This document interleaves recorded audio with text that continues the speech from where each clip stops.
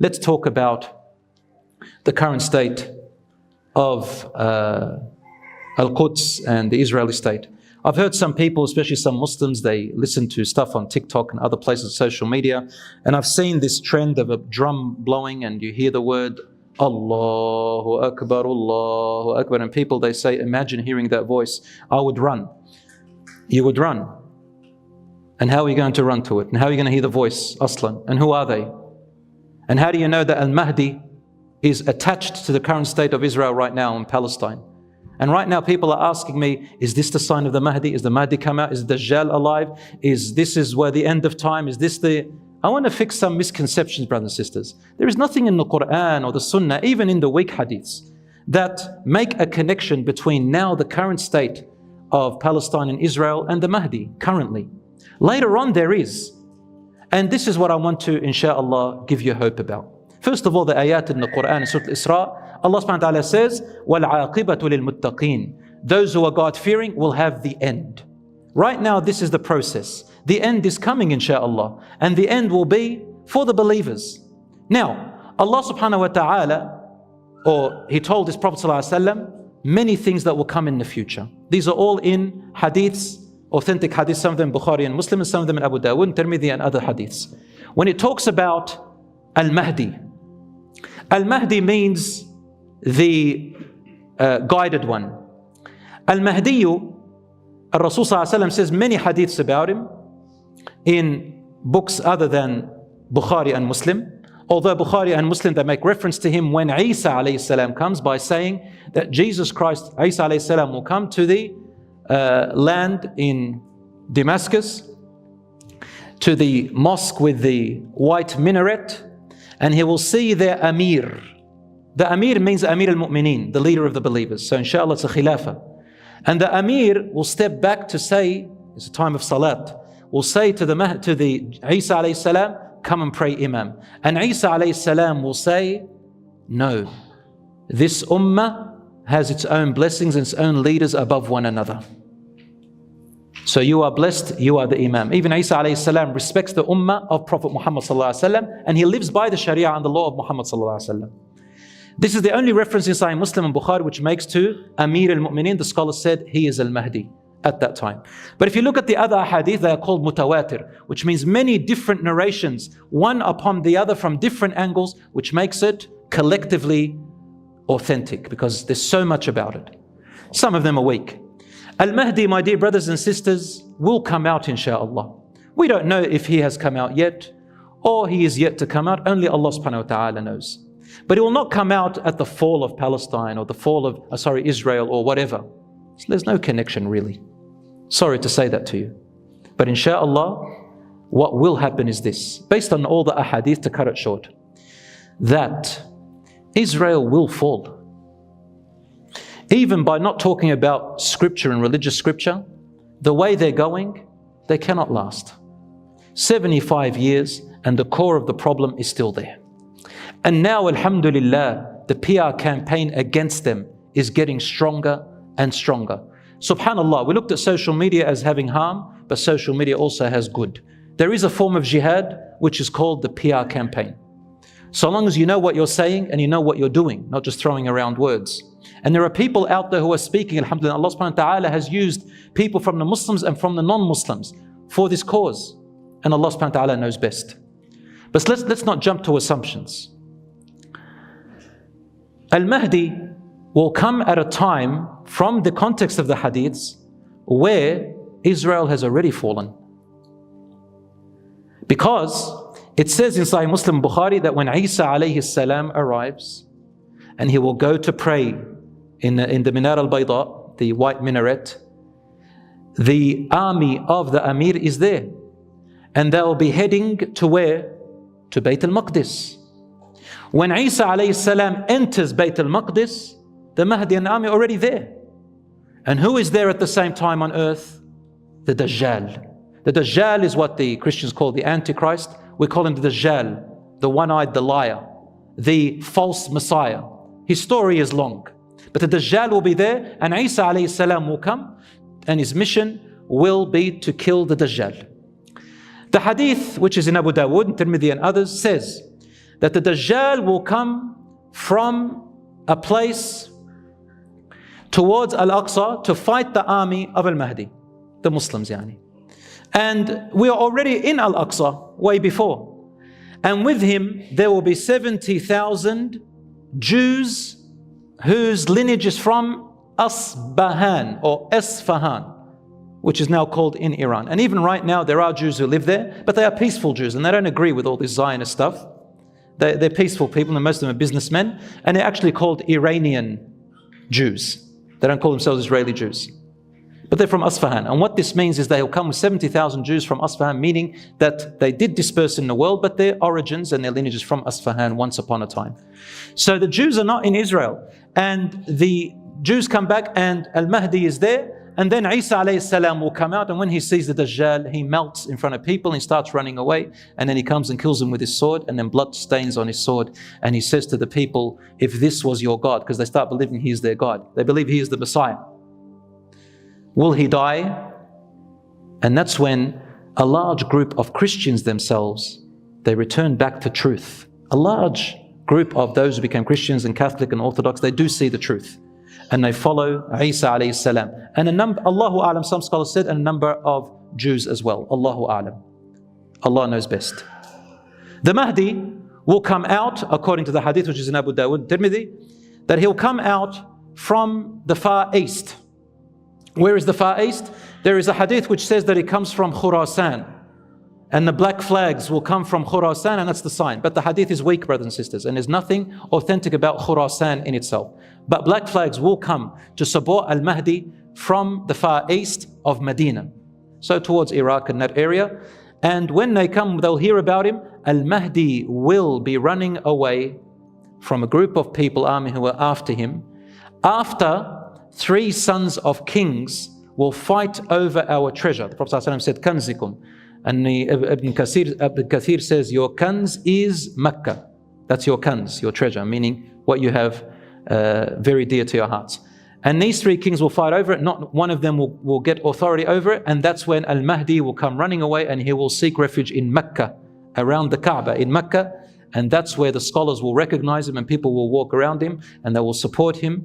And then there will be people and armies coming after him to kill him for some reason. The earth will swallow them, as in the hadith al-Sahih. And then the people will hear about him, and it becomes wajib and fard to follow him and support the Amir. He'll become the Khalifa of the believers. That's basically what we have. Everything else, brothers and sisters, we cannot say for sure. Some people ask me, is it the last hour? I say to you what the companion said to Rasulullah sallallahu alaihi wasallam. He said, Ya Rasulullah, mata as-sa'a? When is the last hour coming? And he said, Mada a'datta laha? What have you prepared for it? And this is what we should be thinking about, brothers and sisters. What have we prepared for our last hour? We see what is happening around the world. What are we doing with ourselves? What are we doing with our families? What are we doing with our community? What are we doing with our wealth? How are we doing it? MashaAllah, I saw a lot of Muslims go to protests, and I'm not against it. But when I saw, alhamdulillah, I see a flame inside of the Muslim's heart, especially the young people. The other day I gave the khutbah at my school, and subhanAllah, young people from grade 6 all the way to year 12, I could hear a pin drop, MashaAllah, which shows that there is, insha'Allah, optimism. There is good in this generation. About 30 years ago here in this masjid, all I saw were people over 40, and people who didn't know, English and anything else, and all the youngsters were out, no one to be seen. Alhamdulillah, we come to the masjid, any masjid in the world, you find young people there. Allahu Akbar. There is something happening. There is something changing. And even now, the atrocities that are happening and the oppression that is happening now in Palestine is also something different, wallahu a'lam. I believe it's something different, and it's heading towards a plan from Allah subhanahu wa ta'ala. Brothers and sisters, remember what I told you. 100 years is not very long. 100 is not very long. And Allah subhanahu wa ta'ala's wa'ad and promise is coming. But look at ourselves now. What can the Muslims do? What can we do? We can only do what is within our power, my dear brothers and sisters. The first and foremost that we can do, anybody can do, is in their heart, hate and despise what is happening. Number 2, dua. Any one of us can make dua. You might be thinking, what's dua going to do? It doesn't matter. Dua is awareness. Dua is conviction. Dua is reinforcing of our faith. Dua is our identity. Dua teaches our children who we are. Dua gives us hope. Dua does something for the future. And says, don't underestimate dua. Rasulullah, whenever people were distressed at his time and he couldn't help them. So when for example, when they were after the Battle of Uhud and Battle of Badr and all of that, Rasulullah used to gather and do qunut, and he would say to the Muslims, make dua. On the khutbah, he would call people to make dua. He never left dua even to the last second. Brothers and sisters, a dua to Allah subhanahu wa ta'ala plays a big role. It doesn't mean that you're going to get exactly what you're asking for. Don't get what you're actually expecting. But Allah subhanahu wa ta'ala says, وَعَلَى اللَّهِ فَلْيَتَوَكَّلِ الْمُؤْمِنُونَ. Upon Allah, believers should trust and put their trust in. Trusting Allah subhanahu wa ta'ala means that you know that Allah subhanahu wa ta'ala, He will guide. And that when the time comes, you will stand beside Allah subhanahu wa ta'ala and you will, inshaAllah, be among the righteous because you trust in Allah subhanahu wa ta'ala. Trusting in Allah subhanahu wa ta'ala doesn't mean I make dua and I don't do anything. I do what is within my power. Number 3, people are giving in charity, alhamdulillah. Charity is important. Whatever we can send to help them. Number 4, the PR campaign. The PR campaign. A lot of us, alhamdulillah, we're sharing footages, we're sharing things, we're making awareness. I know that some scholars, they said, don't show atrocities and think, well, we can't really stop that. But at the same time, there is good in some of the things that we are sharing because it's creating awareness as well. And it makes us, those who really do care, inshaAllah, are aware, and we're learning more than what we ever learnt before, subhanAllah. Number 5, my dear brothers and sisters, very importantly, there is a big sign. Why hasn't Allah subhanahu wa ta'ala given us what we want? Allah knows best. But perhaps we are not ready for it. Perhaps we are not ready. Perhaps if Allah subhanahu wa ta'ala gives us right now, we would corrupt. Perhaps Allah subhanahu wa ta'ala knows that it's not the best time. Then what about the children? What about the women? What about all of that? We continue to support them and raise our voices. And we ask Allah subhanahu wa ta'ala to unite the believers and to save and protect our brothers and sisters in Palestine and all around the world. And we ask Allah subhanahu wa ta'ala to change their state from evil to good and from suffering to peace. May Allah subhanahu wa ta'ala have mercy upon their dead ones who we assume are martyrs, inshaAllah. And may Allah subhanahu wa ta'ala make their children faratan wa dhukhran, awaiting for them at the fountain with the Prophet ﷺ on the Day of Judgment, and waiting for them at the doors of paradise. Brothers and sisters, death is not a loss. Death can sometimes be a victory. And they have never left behind a generation, except that generation is just as strong as the generation that was before them. Have you heard a 7-year-old child speak in Palestine? In Gaza? Have you heard him speak? Girl or boy? 9 years old, 10 years old, 7 years old. Allahu Akbar. What courage, what bravery, what heroes. La ilaha illallah. They don't believe that they are losing, brothers and sisters. Yes, they're in pain. Yes, the suffering is making them feel what has happened to the Muslim Ummah. It's like a humiliation. They're feeling sorry for everyone else. But they know that, alhamdulillah, death will inevitably happen. From the moment they are born, they've got their shrouds ready. You know, from the moment they're born, they say, any time I can die. And when you see any of them die, yes, they cry and everything, but you hear them saying, Fidaki, Palestine. Fidaka abi wa ummi ya Rasulullah. Fidaka ya dini. I ransom myself for my religion. I ransom myself for my Prophet ﷺ. I ransom myself for this cause. So why do we have to give up? Brothers and sisters, the Muslims nearly got wiped out in the 12th century. Nearly wiped out by the Mongols. Yet Allah subhanahu wa ta'ala brought back from the ashes the victory and the power again. It lasted right up to later on until Allah subhanahu wa ta'ala brought Islam and Muslims and justice and goodness back. My brothers and sisters, I complete this talk with the ayah in the Quran where Allah subhanahu wa ta'ala says, أعوذ بالله من الشيطان الرجيم بسم الله الرحمن الرحيم ولا تحسبن الله غافلا عما يعمل الظالمون إنما يؤخرهم ليوم تشخص فيه الأبصار مهطعين مقنعي رؤوسهم لا يرتد إليهم طرفهم وأفئدتهم هواء.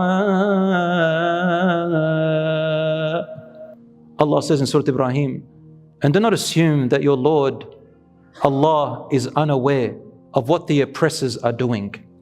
He is merely giving them respite for a very short time, till a day comes, don't worry, where they will be standing on a day and their eyes are looking in terror and horror, and their hearts they will feel as if it is outside of their body from the fear and horror that they will be facing. Their heads dangling down in fear and humility, and their eyes are forced to look at hellfire and they try to look away. Allah also says, and do not assume that those who have been killed in the path of Allah, that they are truly dead. No, they are living, being provided by their Lord. And they are happy and joyous. And they are so joyous and waiting for what? And they are so joyous, anticipating what is waiting for their brethren that are still left behind on earth.